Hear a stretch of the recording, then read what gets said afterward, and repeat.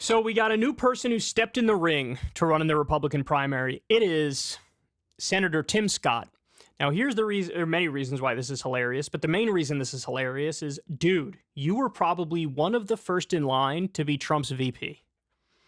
And now the fact that you did this, I don't think it makes it more likely you get picked. I think it makes it less likely you get picked. I mean, look, let's be real here. Let's say the quiet part out loud. Republicans love to play identity politics and use it as a shield. They love to be able to say, us, bro, we're not racist. Look, Tim Scott's our VP, bro. He's our VP, bro. We love black people, bro. So that was possible. Now, there's been a lot of, speculation about how Trump is likely to pick a woman. That's for the same reason, right? They would pick a black person to be like, sexist, bro. It's against women's reproductive rights, but we got a woman right here, bro. There's a woman and she's right here. She exists, bro.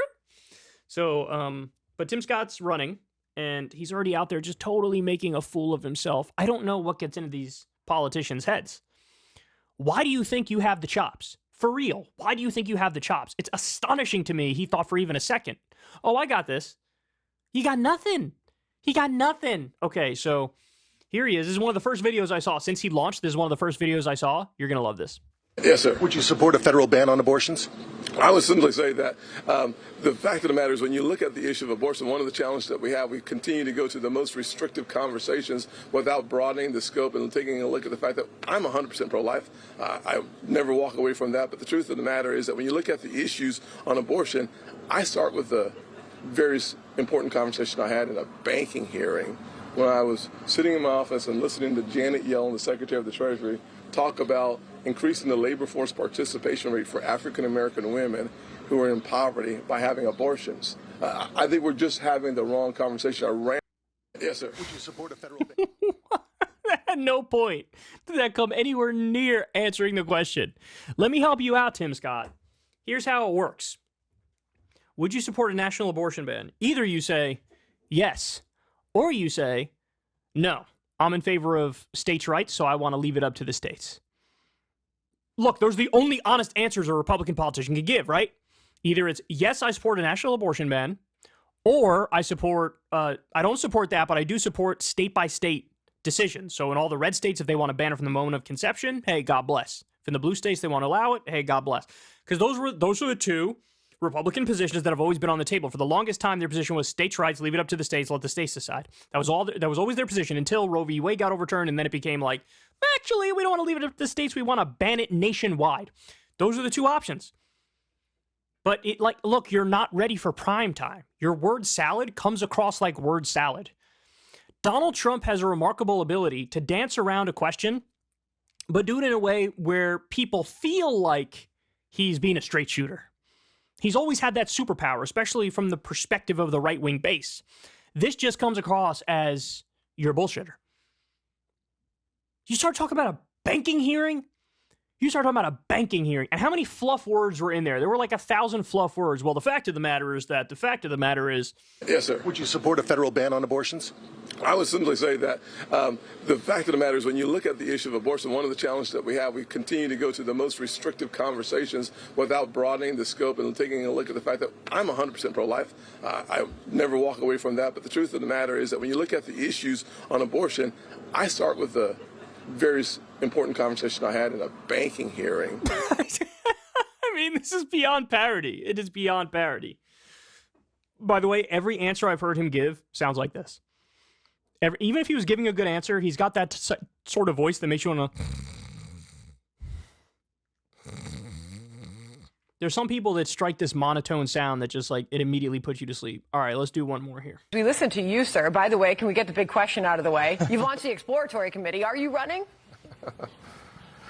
I have been excited about my Faith in America tour. It's gone really well. That led me to the next step of the exploratory committee. I will say I have been blessed to live the American dream, and my greatest hope is that my dream pales in comparison to the next generation's American dreams and the stories that come from another American century. That means we have a lot of work to do, and that's why I believe we must have new leadership at the top. The Biden blueprint to ruin America includes security gaps like we're talking about now, but it also includes security misses like the southern border. Too many Americans, nearly 70,000 plus, have lost their lives because of fentanyl. 4.5 million illegal crossings because we refuse to close our southern border. This is an issue top of the mind of voters all across the country that I continue to hear. Senator, I'm sorry to cut you off there. As Bill just mentioned, we were waiting on this video. We now have it. This is the scene where the suspect was just arrested in this Pentagon leak.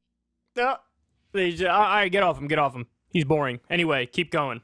I don't know what gets into these people, man. Why on earth does he think he has any chance at all? Have you seen any of the polls? And by the way, he's one of those people who they include in the polling before people like started announcing. Tim Scott was included in the polling. And he's always been donut. Dickie McGee's ex. This right here. Good luck, man. Good luck. It's going to be so funny watching Trump just like absolutely shred every one of these losers. And I can't wait to see what he comes up with for Tim.